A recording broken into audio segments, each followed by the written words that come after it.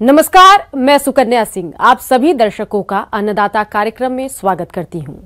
किसान हमारे देश के अन्नदाता हैं और वे ही हमारे देश के भाग्य विधाता हैं। ऐसे ही भारतीय किसानों को खेतीबाड़ी से जुड़ी हुई बहुत सी नई लाभकारी जानकारियां देने के लिए हर रोज सुबह हम आपके साथ आते हैं। तो चलिए कार्यक्रम शुरू करने से पहले देखते हैं क्या है आज के अन्नदाता में। आलू की खुदाई के लिए उपयोगी है पोटैटो डिगर।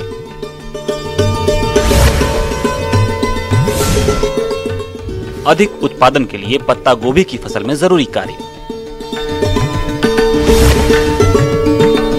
प्रदेश के जिन किसान भाइयों ने आलू लगा रखी है उनकी अगेती फसल इस समय खुदाई के लिए तैयार है और अक्सर देखा गया है कि किसान आलू की खुदाई का कार्य मजदूरों से करवाते हैं, जिसमें मजदूरों की समस्या तो रहती ही है, साथ ही खुदाई का लागत खर्च भी अधिक आता है। किसानों की इन्हीं समस्याओं को देखते हुए आलू खुदाई यंत्र को विकसित किया गया है। तो ये यंत्र किसानों के लिए किस प्रकार से है उपयोगी, आइए जानते हैं। नमस्कार, आज हम बात करेंगे आलू के बारे में और आलू के हार्वेस्टिंग के बारे में। तो आलू जो अगर हम बात करें कि आलू की खुदाई और जो सोइंग दोनों ही काम बहुत टफ होता है, ये लेबर इंटेंसिव होता है और ये काफ़ी मतलब कॉस्टली भी हो जाता है लेबर की कमी की वजह से। तो अगर इसको हम मैकेनाइज कर लें तो क्यों मैकेनाइज कर ले, क्योंकि हमारे यहाँ देखा जाता है कि अगर आलू को अगर हमें हार्वेस्ट करना है, जो बोलते हैं खुदाई के द्वारा जो हमें निकालना है, उसमें लगभग अगर बात करें प्रति हेक्टेयर हमें 800 घंटे लगाने पड़ेंगे मानव श्रम के द्वारा। तो ये काफ़ी टीडियस हो जाता है और काफ़ी लेंदी भी हो जाता है, टाइम टेकन हो जाता है। तो हम इसके लिए हम किसानों को सजेस्ट करते हैं कि आप मैकेनाइज्ड हों और जितना भी हो सके ट्रैक्टर ऑपरेटेड पोटैटो डिगर को इस्तेमाल में लाएं। आलू की फसल तैयार होने के बाद आलू की खुदाई करने का काम भी काफी मशक्कत वाला होता है, क्योंकि खेतीहर मजदूरों की कमी हर तरफ हो रही है। अगर मजदूर मिलते भी हैं तो उनमें ज्यादातर अकुशल होते हैं और अकुशल मजदूर आलू की खुदाई ठीक से नहीं कर पाते, जिससे काफी आलू कट जाते हैं और मंडी में आलू की कीमत अच्छी नहीं मिल पाती। इसी काम को अगर आलू खोदने वाली मशीन से किया जाए तो कम समय और कम खर्च में अधिक जमीन से आलू की खुदाई कर सकते हैं। तो अगर हम बात करें कि पोटैटो डिगर कितने प्रकार की होती है, तो पहले तो मैं बता दूं कोई भी मशीन मैनुअली ऑपरेटेड और पावर ऑपरेटेड होता है। तो मैनुअली ऑपरेटेड जैसे हाथ से हमारा एक ऑपरेटेड होता है जिसमें पावर की या कोई भी डीजल या फ्यूल की इस्तेमाल की आवश्यकता नहीं होती है। दूसरा जो होता है हमारा एनिमल ड्रोन भी होता है, जिसमें आप 2 बुल्लॉक लगाते हैं और पीछे से आपका जो पोटैटो डिगर है वो काम करता है। और तीसरा जो बोलते हैं ट्रैक्टर ड्रोन पोटैटो डिगर होता है, जिसको आजकल मार्केट में अगर हम बात करें सबसे जो प्रचलित है उसको बोलते हैं पोटैटो डिगर एलिवेटर, जो कि हमारा ट्रैक्टर द्वारा संचालित होता है और ट्रैक्टर का जो लिंकेज होता है 3 पॉइंट लिंकेज, उससे हम कनेक्ट करते हैं और पोटैटो डिगर को चलाते हैं। तो पोटैटो डिगर में हमारे यहाँ जो मुख्य पार्ट होते हैं उसमें मैं बोलूँगी सबसे पहले हमारा जो होता है वो होता है एक रॉड चेन कन्वेयर। दूसरा होता है आपका शॉवेल, जिससे हम गड्ढा करते हैं, लगभग वो थोड़ा वाइड होता है। तो जनरली आपका जो मेड होता है जिसको बोलते हैं रिज, 1 से 2 रिज एक बार में वो खुदाई कर सकते हैं पोटैटो का। तीसरा हमारा जो महत्वपूर्ण अंग होता है उसको बोलते हैं गियर बॉक्स और चौथा जो होता है हमारा गेज व्हील होता है। तो जैसा कि आप जानते हैं कि कोई भी मशीन चलाने के लिए हमें जैसे उसकी जो संचालन जो होती है, जो इसका स्पीड होता है और जनरली उसकी जो स्पीड होती है वो आपके मिट्टी के नमी पे डिपेंड करता है। तो हम बात करें अगर मिट्टी अगर नम है तो हमें 50 HP का ट्रैक्टर चाहिए होता है उस डिगर को संचालित करने के लिए। अगर ये थोड़ी सूखी है, ड्राई है, तो उसको हम 40 HP से भी हम संचालित कर सकते हैं। मशीन के द्वारा आलू खुदाई करने पर आलू साफ सुथरा भी निकलता है। आलू खुदाई यंत्र को पोटैटो डिगर भी कहते हैं। केंद्रीय कृषि अभियांत्रिकी संस्थान द्वारा तैयार आलू खुदाई यंत्र एक साथ 2 लाइनों की खुदाई करता है। यंत्र में 2 तलेवार फाल होते हैं जो मिट्टी को काटते हैं। इसमें नीचे एक जालीदार यंत्र भी लगा होता है जो मिट्टी में घुसकर आलू को मिट्टी के अंदर से निकालकर बाहर करता है। इसके साथ ही इस यंत्र पर एक बेड लगा होता है जिस पर आलू जाल के घेरे से निकलकर गिरता है। यह बेड लगातार हिलता रहता है। इस बेड के हिलने से मिट्टी के ढीले टूटकर नीचे गिर जाते हैं और साफ आलू खेत के मिट्टी की सतह पर गिरता है। इसके बाद मजदूरों की सहायता से आलूओं को बिनकर खेत में जगह जगह इकट्ठा कर लिया जाता है और आखिर में सभी ढेरों से आलू इकट्ठा करने के बाद एक जगह पर बड़ा ढेरा बना लिया जाता है। तो अगर ट्रैक्टर संचालित डिगर की बात करें तो ऐसा देखा गया है कि अगर आप ट्रैक्टर द्वारा संचालित अगर डिगर इस्तेमाल करते हैं तो आपका 1.5 से 3 आवर में घंटे में आपका 1 हेक्टेयर जैसा खुदाई हो सकता है। लेकिन यही देखें आप मैनुअली 800 घंटे लगते हैं प्रति हेक्टेयर के लिए। मतलब आपको अगर एक इंसान 8 घंटे काम करता है तो 10 दिन जैसे लग जाते हैं। तो इस प्रकार से पोटैटो डिगर काम करता है। और पोटैटो डिगर में थोड़ा चेन कन्वेयर सिस्टम होता है, तो हमें इसे थोड़ी ग्रीसिंग करने की आवश्यकता होती है नहीं, ताकि ये रस्टिंग ना हो और ये प्रॉपर्ली काम करे। तो हर सीजन में हमें ये देखना होता है कि जब भी आप इस्तेमाल करते हैं और इस्तेमाल के बाद इसको सुखाते हैं, सुखाने के बाद इसको प्रॉपर ग्रीसिंग करते हैं और तब उसको हम छोड़ते हैं उसको शेड में।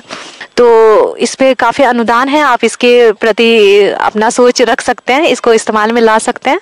किसान भाइयों, अभी तक आपने खेती से जुड़ी हुई कुछ उपयोगी जानकारियां देखी।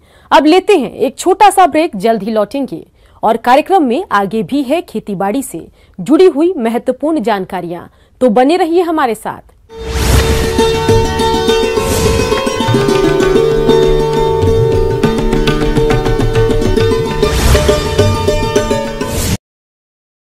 ब्रेक के बाद आप सभी दर्शकों का अन्नदाता में स्वागत है।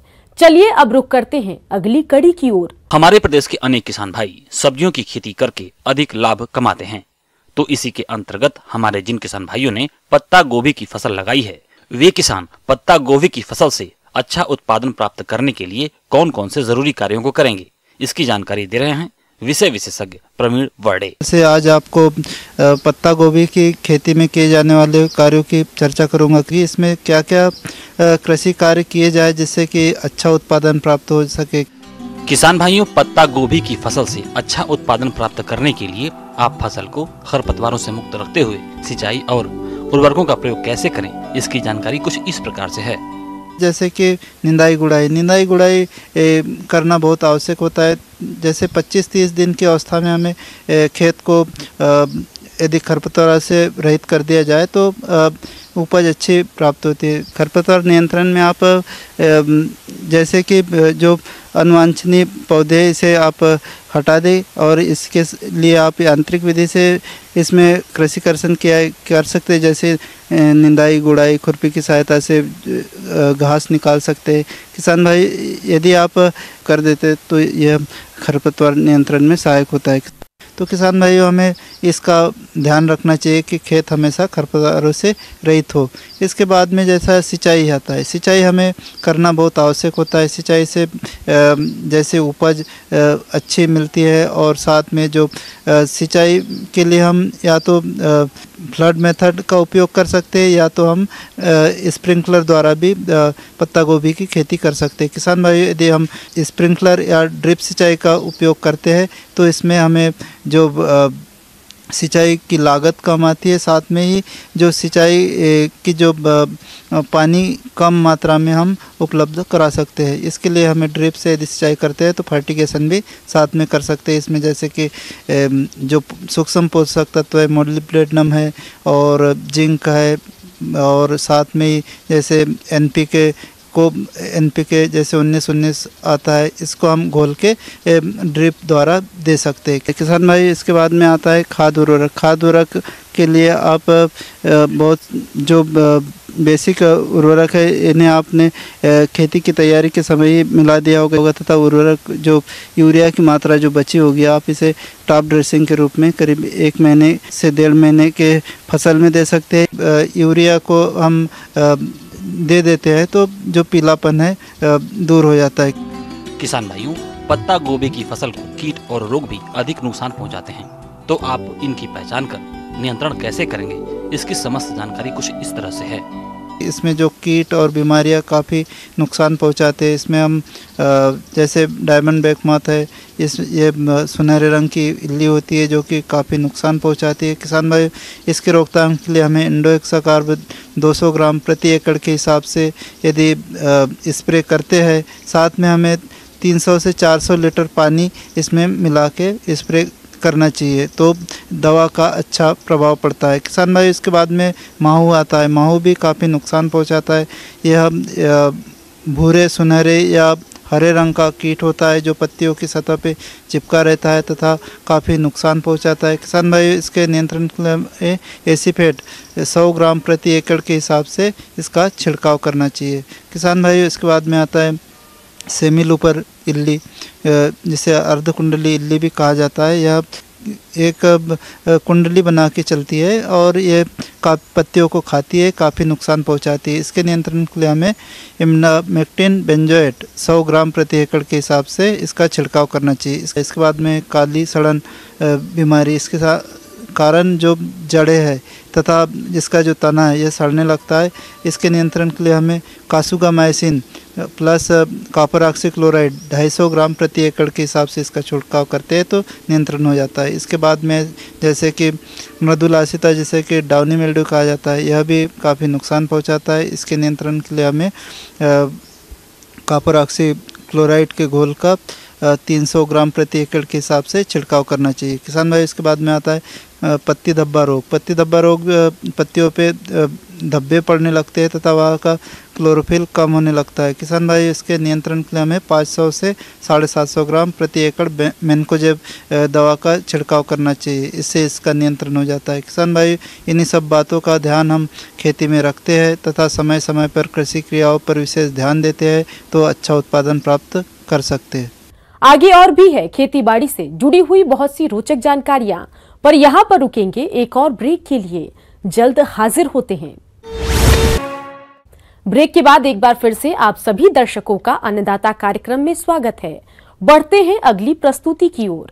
मौसम के अनुसार प्रबंधनों पर ही टिकी है आपकी खेतीबाड़ी, इसलिए मौसम पूर्वानुमान और उस पर आधारित साप्ताहिक कृषि सलाह इस प्रकार है।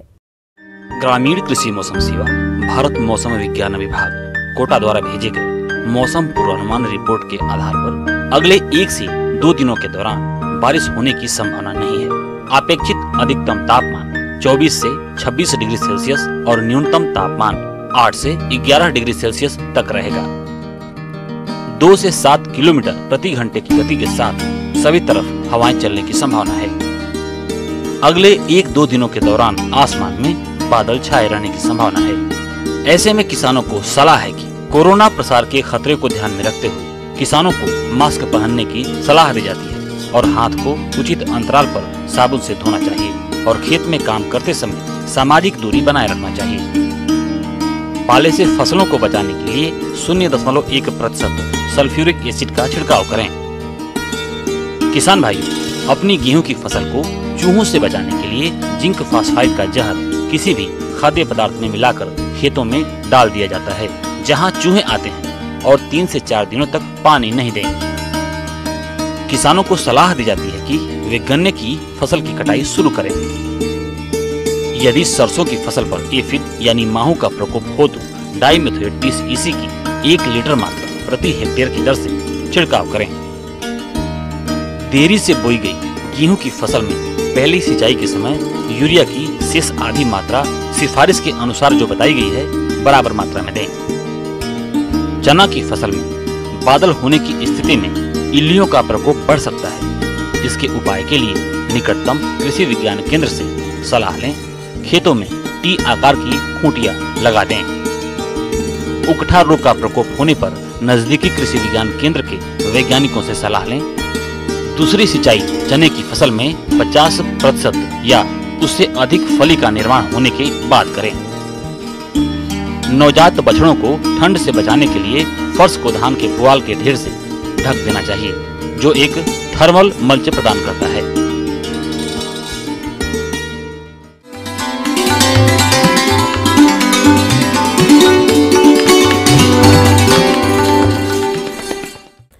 अन्नदाता हेल्पलाइन निशुल्क फोन संपर्क सेवा के माध्यम से आपके द्वारा पूछे गए प्रश्नों में से 1 या 2 महत्वपूर्ण प्रश्न को हम अपने कार्यक्रम में शामिल करते हैं। इसी के तहत आज का चयनित प्रश्न और उसका जवाब इस प्रकार है। आज की अन्नदाता हेल्पलाइन में हमने जिस प्रश्न को शामिल किया है उसे पूछा है जिला डूंगरपुर के अशोक कुमार ने। आपने बैकयार्ड मुर्गी पालन के बारे में जानकारी चाहिए है, तो इसके लिए देखिए कार्यक्रम का यह अंश। घर के पीछे मुर्गी पालन अर्थात बैकयार्ड पोल्ट्री फार्मिंग काफ़ी पुरानी विधा है। काफ़ी दिनों से हमारे लोग करते आ रहे हैं। पूर्व में किसान भाई ये सिर्फ मनोरंजन के लिए पाला जाता था, लेकिन आजकल इसे व्यवसाय का रूप व्यवसाय का रूप दिया जा रहा है। गांव में आप देखे होंगे कि ग्रामीण मुर्गियां लोग पालते हैं और उसके अंडे या मांस को अपने लिए प्रयोग करते हैं, लेकिन सरकार ने ऐसी व्यवस्था की है कि ये अभी आप मुर्गी पाल के उसको एक व्यवसाय के रूप में भी प्राप्त कर सकते हैं। सबसे बड़ी बात कि ये शून्य प्रबंधन तकनीक मानी जाती है, अर्थात कम लागत में या बिना पूंजी लगाए हुए आप इससे आमदनी प्राप्त कर सकते हैं।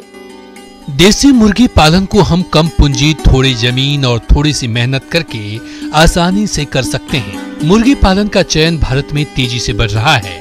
इस व्यवसाय से अच्छा लाभ हो, इसके लिए अपने क्षेत्र की जलवायु के अनुसार मुर्गियों की नस्लों का चयन करना चाहिए।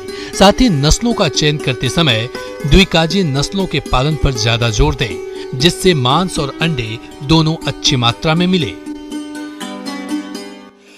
भारत सरकार की योजना के तहत वनराजा और ग्राम प्रिय, श्रीनिधि या फिर झारसीम, ये ऐसी नस्लें हैं, ऐसे कई नस्लें हैं जिसको हम लोगों ने डायरेक्टरेट ऑन पोल्ट्री हैदराबाद, जो भारतीय कृषि अनुसंधान परिषद की एकमात्र संस्था है पक्षी अनुसंधान के लिए, वहाँ इसे विकसित की गई है। और इन नस्लों को भारत के परिवेश में ही विकसित की गई है ताकि ये भारतीय परिवेश में अलग अलग राज्यों में अच्छा कर सके। कड़कनाथ मुर्गी की विशेषताएं।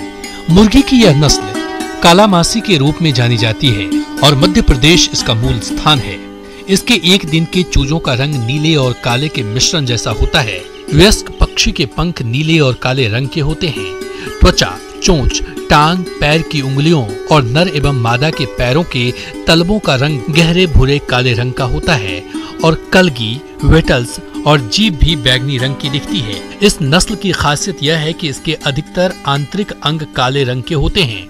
कड़कनाथ का मांस दिल की बीमारियों तथा अधिक कोलेस्ट्रॉल को कम करने में मददगार होता है।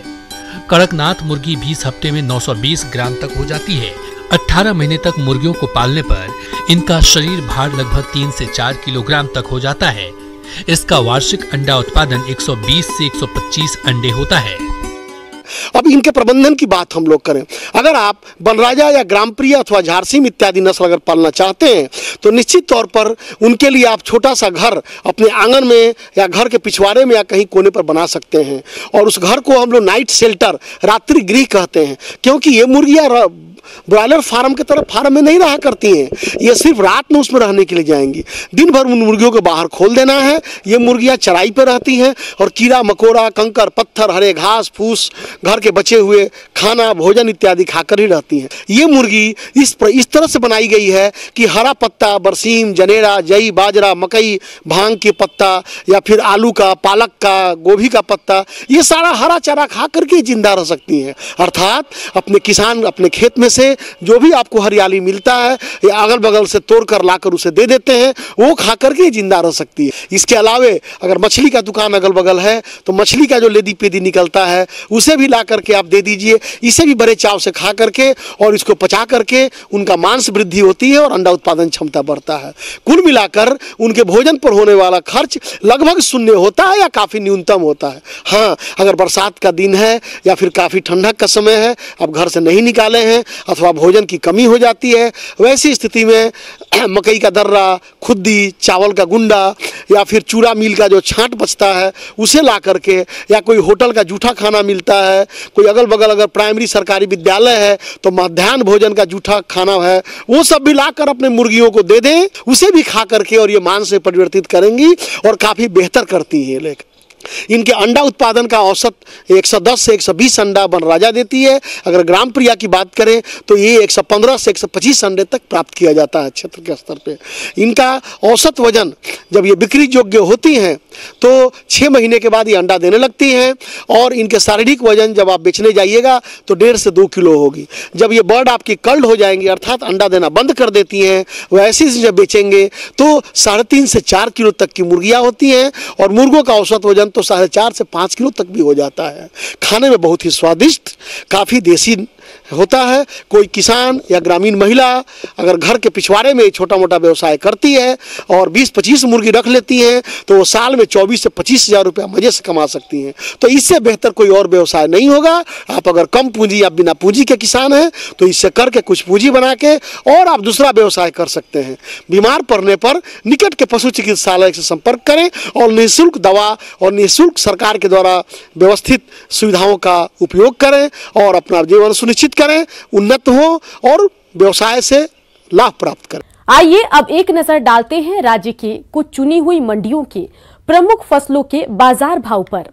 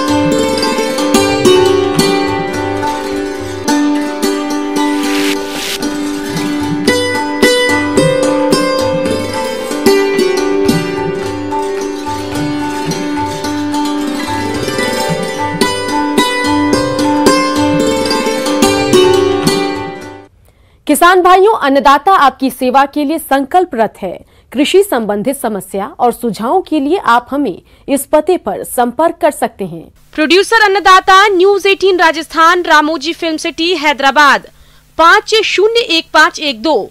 साथ ही आप हमें ईमेल भी कर सकते हैं। हमारा ईमेल है p18annadatarajasthan@nw18.com। इसके अतिरिक्त आप हमें निःशुल्क हेल्पलाइन नंबर 18004192-155 पर सोमवार से शनिवार सुबह 10 से शाम 4 बजे के बीच संपर्क कर सकते हैं। किसान भाइयों, अब समय हो रहा है आपसे विदा लेने का, तो हमारी अन्नदाता टीम को दीजिए इजाजत। कल फिर आपसे मुलाकात होगी कृषि संबंधित कुछ और महत्वपूर्ण जानकारियों के साथ। नमस्कार।